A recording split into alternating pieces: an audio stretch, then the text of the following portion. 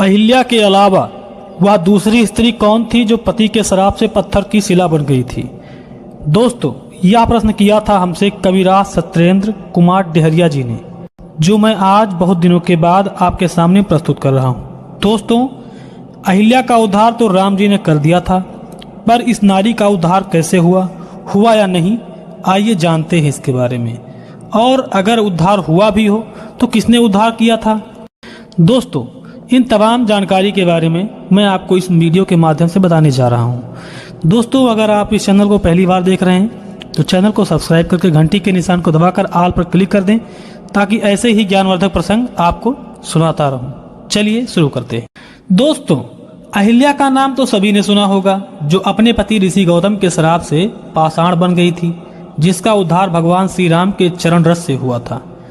दोस्तों, यह जो कथा है, यह कथा ऋषि गौतम और अहिल्या की नहीं है, तो फिर किसकी है?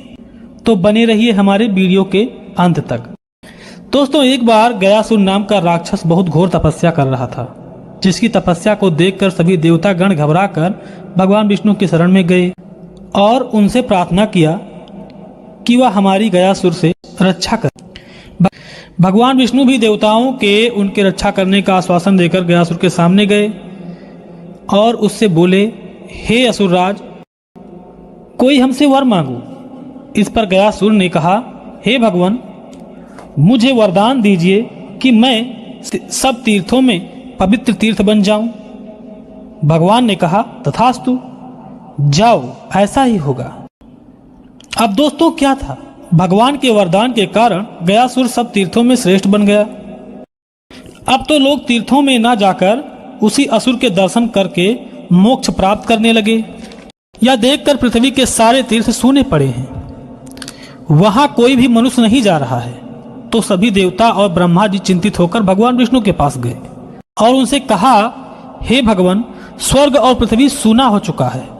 उस दैत्य के दर्शन के मात्र से ही सब लोग अब मोक्ष की प्राप्ति कर रहे हैं। सब लोग आपके धाम में आ रहे हैं। प्रभु, यह आपने क्या किया?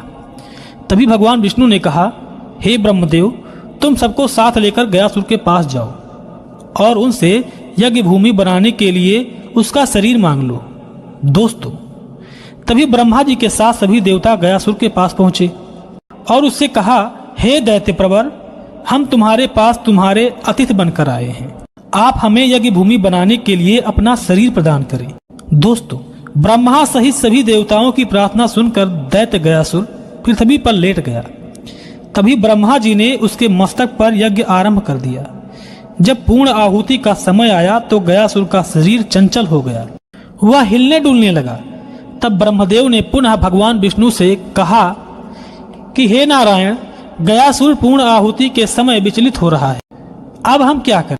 दोस्तों, तब भगवान विष्णु ने धर्म को बुलाकर कहा कि तुम इस असुर के शरीर पर देवमयी शिला रख दो और संपूर्ण देवता उस शिला पर बैठ जाओ। सभी देवताओं के साथ मेरा गदाधर मूर्ति भी उस शिला पर विराजमान कर देना। दोस्तों, भगवान की आज्ञा से धर्म ने वैसा ही किया। एक देवमयी विशाल शिला उस असुर के शरीर पर रख दी गई।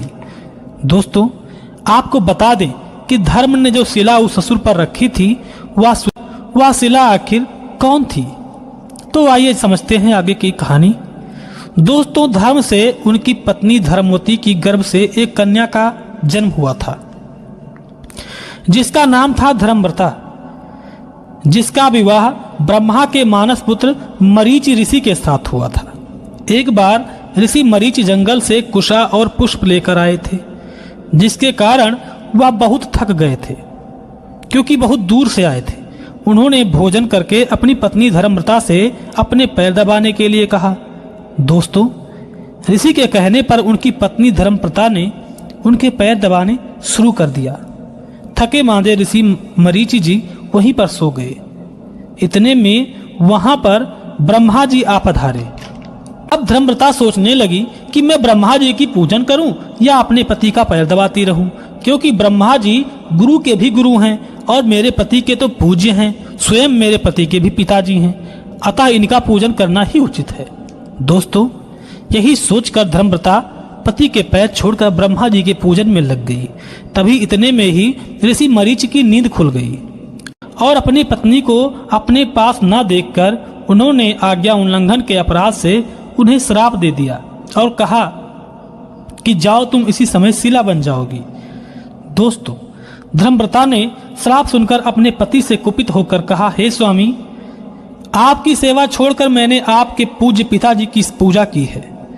मैं सर्वथा निर्दोष हूं।